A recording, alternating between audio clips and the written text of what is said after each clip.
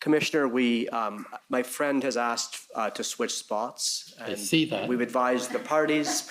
Yes, I am not Mr. Kittredge, and no parties have objected. So. Okay, well, in the spirit of cooperation, that's fine with me. Thank you, sir. And have you given up your time on the Canadian Constitution? Oh no, not at all. Okay, just want to be clear. I know hope springs eternal, but I'm afraid not. Okay. Yeah.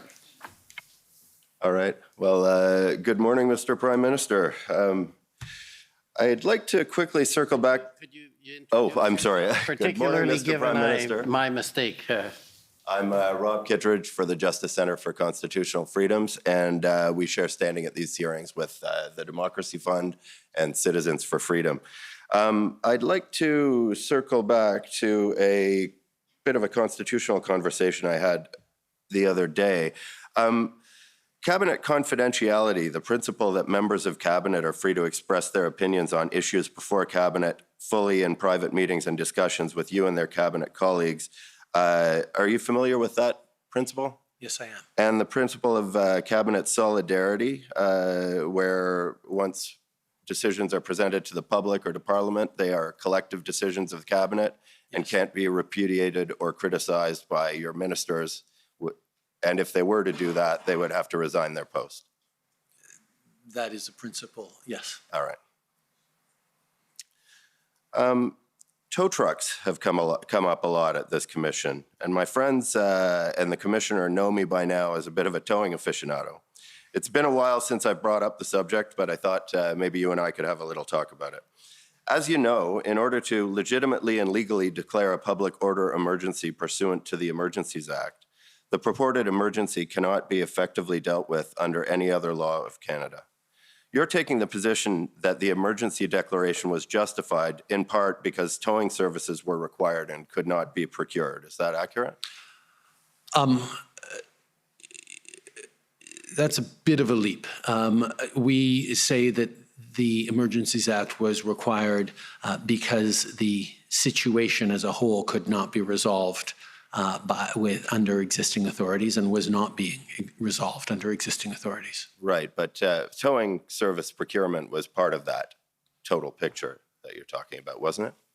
One of the barriers that we heard regularly from police of jurisdiction to removing the trucks occupying various locations was the difficulty in securing towing services. Yes, that was one of the barriers they were facing in being able to restore public order. Right. So one of the measures that you put in place through the emergency measures regulations was an ability to compel tow truck drivers to provide towing services, wasn't it? Yes, it was. So I'd say that would be a fairly significant part of the reason why you would have had to invoke the Emergencies Act. Wouldn't you agree with that? It was an element of the solutions to the situation that we were dealing with. Yes. It was one of a handful of powers that you created using the emergency measures regulations. Is that right? Yes. So I would say it's relatively important. Would you agree with that? It was important in yes, solving the emergency situation. Yes. Certainly relevant to the invocation of the Emergencies Act? The invocation of the Emergencies Act wasn't because people couldn't find tow trucks. The invocation was because there was a public order emergency that posed serious threats to Canadians, and the inability to solve this public order emergency that posed a serious threat to the safety of Canadians was compounded by the inability to actually move those trucks, for example. And that would be one of the ways that the emergency couldn't have been effectively dealt with under any other law of Canada, wouldn't you say? Municipalities and provinces have contracts with tow truck companies to keep the highways clear, to keep the roads clear, and tow parked cars that are illegally parked all the time. So they had theoretically the authority to compel people under breach of contract to actually tow vehicles that were illegally parked. for various reasons, they were unable or unwilling to use the civil powers they have under contract, or perhaps it would just take too long for them to be able to do it.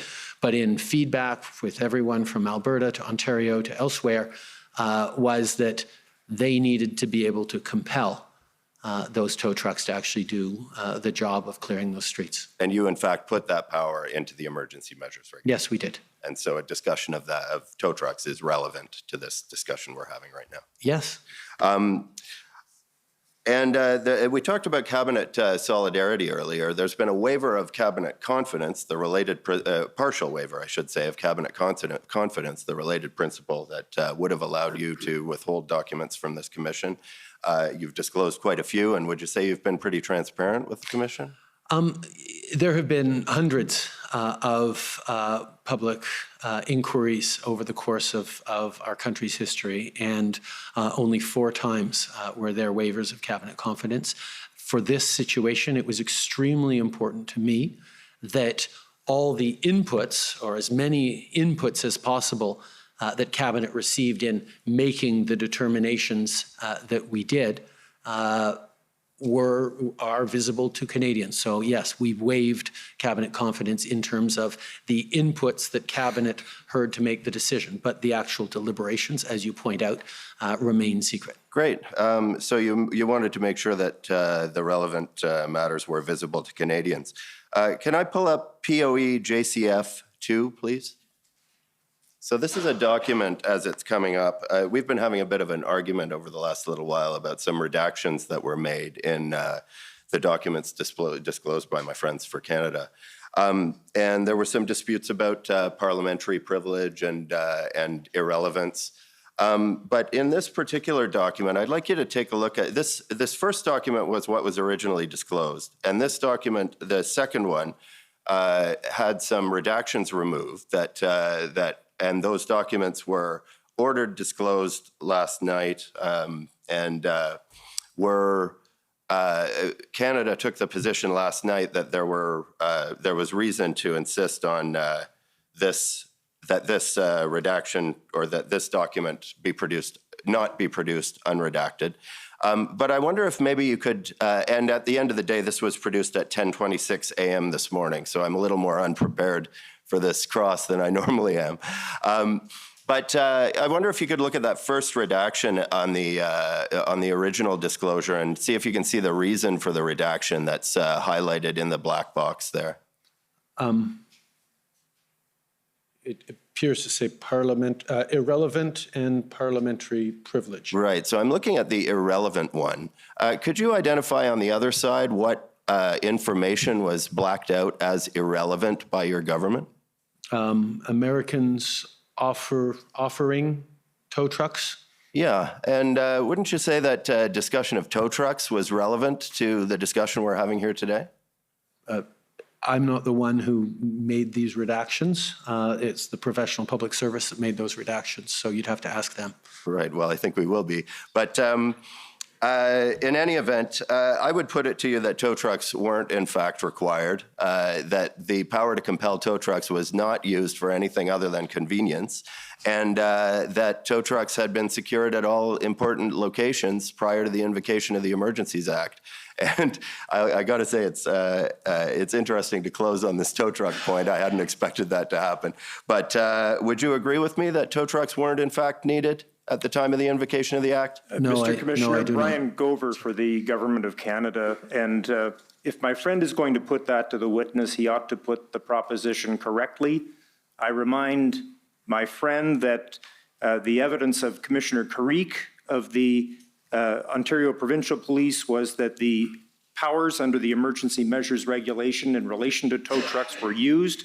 I refer specifically to his February 22nd, 2022 report to Deputy Solicitor General Di Tommaso, which shows that clearly those powers were used. Thank you. Right. Well, I would respond by saying that the evidence so far has shown that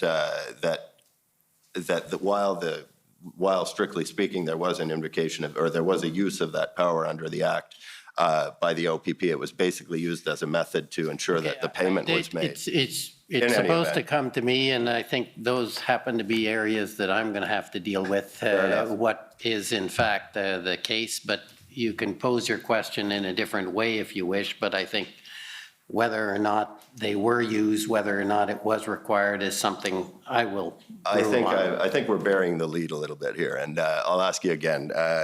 You would agree that a discussion of tow trucks and information about tow trucks is relevant to the work of the commission and the discussion that we're having here today, wouldn't you? I know there was a lot of time spent on tow trucks during the past 6 weeks. Right. Well, thank you very much.